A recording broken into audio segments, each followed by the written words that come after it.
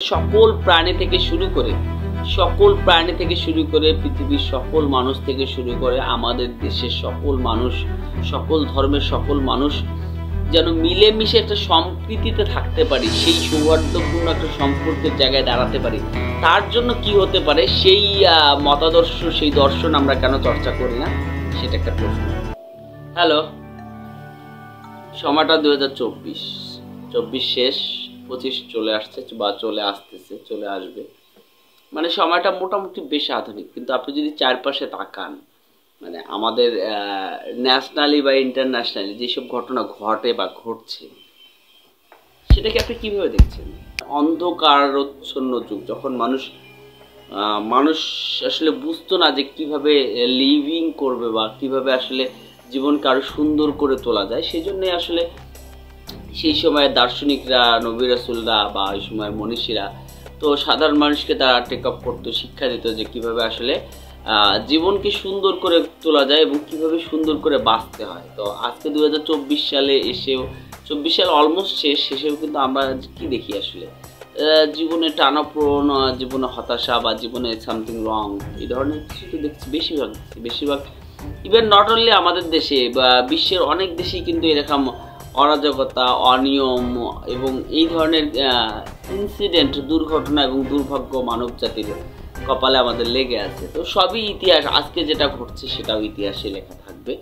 আমাদের দেশের দিকে আসি। আমাদের লাস্ট একটা বিপ্লব আমরা অভ্যুত্থান বলি, গণ অভ্যুত্থান হয়েছে এবং তারপর আমরা কি দেখলাম? আমরা সবাই চাচ্ছিলাম যে ঠিক আছে, একটা সরকার সবকিছু আসলে জোর জুলুম করে অনেক কিছু করছে বা নির্বাচনের অধিকার হরণ করছে বা রাজনৈতিক প্রতিহিংসার রাজনীতি করছে। তো আমরা বৈষম্য, কোটা বা মেধার মূল্যায়ন হচ্ছে না, কোটা ভিত্তিক একটা জাতি গড়ে উঠছে এবং সেখানে প্রচুর বৈষম্য দেখা যাচ্ছে। তো আমরা সবাই আসলে বৈষম্যের বিপরীতে, বৈষম্যের এগেনস্টে আসলে আমরা সবাই আমাদের অবস্থানটা নেই। প্রশ্ন হচ্ছে যে বৈষম্য কি দূর হয়েছে বাংলাদেশ থেকে বা বৈষম্য কি চলে গেল? আসলে বৈষম্য কি কোনোদিনও দূর হবে আমাদের মতো দেশে? আমাদের মানে আমরা যেই মেন্টালিটির মানুষ, আমাদের এখানে কি প্রতিহিংসার রাজনীতি কখনো দূর হবে বা বৈষম্য কখনো দূর হবে? কোটা নয়, মেধাই আসলে, মেধাতেই মানুষ মূল্যায়িত হবে। কিভাবে হবে? সেই রূপরেখা কে দিবে? ওভারঅল আমরা আসলে যেটা দেখি এবং মানুষে ভেদাভেদ আমরা কি আসলে দেখি যে ধর্ম আসলে মানুষের জন্য, মানুষের কল্যাণের জন্য, কিন্তু ধর্ম যখন মানুষের কল্যাণ না হয়ে অকল্যাণের দিকে যায়, তখন কিন্তু ধর্মগুলো আসলে নিজেদের জায়গাগুলোতে কি বলবো, প্রশ্নবিদ্ধ হয় এবং প্রশ্নবিদ্ধ হয়েই আসছে যুগের পর যুগ ধরে। তো আজকেও আমরা যেটা দেখছি, যেটা করছি, যেটা ভাবছি, সেটাও যদি ঠিকঠাক থাকে তাহলে ঠিক, কিন্তু ইতিহাস বলে দিবে যে আসলে আমাদের ভাবনাগুলো ঠিক নাকি ভুল।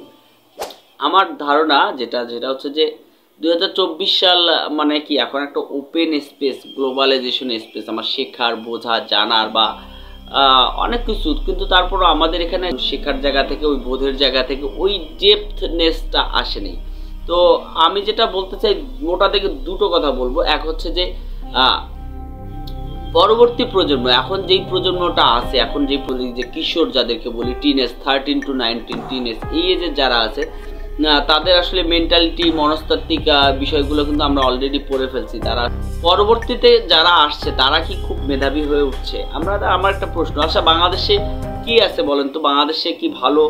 আমরা সেই সময়কার কথাটা আমি বলতে পারি, আমরা হচ্ছে হলো সেই সময়ের কবি সাহিত্যিকদের নামই শুধু বলতে পারি। বর্তমানে তারপর থেকে, এই 80s পর থেকে বা 90s পর থেকে কোনো কবি সাহিত্যিককে আমরা বাংলাদেশে পেয়েছি বা তারপর আমরা কোনো বুদ্ধিজীবী পেয়েছি বা বাংলাদেশে তারপর আমরা কোনো সেই ধরনের সোনার মানুষ, আলোকিত মানুষ পেয়েছি, আমরা কোনো সায়েন্টিস্ট পেয়েছি ভালো, মানে আমরা কোন সেক্টরটাতে আসলে মৌলিকত্ব অর্জন করেছি, মৌলিকত্বের যে জায়গাটা আছে ভাবনায়, চিন্তায়, চেতনায় বা টোটাল জায়গাগুলোতে আসলে কতটুকু মৌলিকত্বের জায়গাগুলো আমরা আসলে ক্রিয়েট করতে পেরেছি বা এই টাইপের কতজন মানুষ আমরা আসলে পেয়েছি যারা এই সমাজটাকে তার কাঁধে ভর দিয়ে টেনে নিয়ে যাবে বা আমাদেরকে সেই তার আলোয় আলোকিত করবে। তো আমি একটা কথা বলি যে আমাদের দেশ, আমাদের হচ্ছে 90% মুসলমানের দেশ, কিন্তু আমরা দুর্নীতিতে 1 নম্বর। তার মানে আপনার কতটুকু পিওর মুসলমান বা কতটুকু মুসলমানিত্ব আমরা আসলে ধারণ করি, লালন করি, সেটা একটা বিষয়। এবং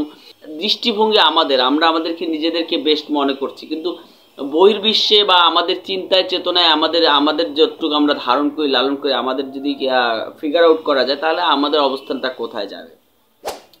তো সব কিছু মিলে মোটা থেকে আমি দুটো কথা বলতে চাচ্ছি, যে আমাদের দেশে প্রচুর অভাব, অনেক অভাব, জন্মের পর থেকে অভাবের কথা শুনছি, দেখছি, এবং সেই অভাবের সাথে আসলে প্রতিনিয়ত যুদ্ধ করছি। তো সবার আগে প্রথমে যেটা উচিত, আপনার বড় ভাই, আপনার ফ্যামিলি বা আপনার সোসাইটিতে যেই ছেলেটাকে পরবর্তী প্রজন্মকে আসবেন, তাকে অভাবের ভয় না দেখিয়ে কিভাবে অভাব থেকে দূরে থাকা যায় সেটা শেখান।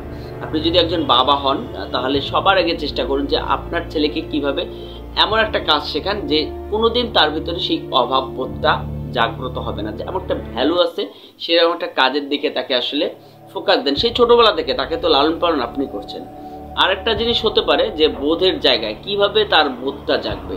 তো ছোটবেলা থেকে যেই জায়গাগুলোতে হয়, আপনি দেখেন আজকে 2024 সাল, তো জানার এবং বোঝার, শোনার এখন আসলে কি বলবো, এই শেখার প্ল্যাটফর্মটা না ওপেন হয়ে গেছে। আপনি যদি না শিখেন, না বুঝেন, আপনি যদি এত কিছু ওপেন হওয়ার পরও যদি একটা ভুল মত বা ভুল মিতে আটকে থাকেন, তাহলে কিন্তু সেই জবাবদিহিতা আপনাকেই দিতে হবে, এবং সৃষ্টিকর্তার কাছে কিন্তু আমাদের প্রত্যেককেই জবাবদিহিতা করতে হবে। রিসেন্ট দেখি যে অনেকেই আসলে কি বলে, বিচারের দায়িত্ব তো তার, সৃষ্টিকর্তা। তো আমরা এখন অনেকেই বিচারের দায়িত্ব নিয়ে ফেলছি এবং বিচার করে ফেলছি, এবং অনেকে সোসাইটিতে আসলে সেভাবেই বলে যে তাদের বিচার করার দায়িত্ব আছে বা তাদের সোসাইটিকে এভাবে মেনটেন করবে। তাদের জায়গায় কতটুকু যৌক্তিক তারা বলতে পারবে, কিন্তু আমার কাছে মনে হয় যে যেটা সমাজে বিশৃঙ্খলা তৈরি করে, সমাজে মানুষের মধ্যে অকল্যাণ বয়ে আনে, তা কখনোই মানুষের জন্য বা ধর্মের জন্য বা আমাদের সবার জন্য, সোসাইটির জন্য শুভকর নয়। তো প্রত্যেকটা জগতের সকল প্রাণী থেকে শুরু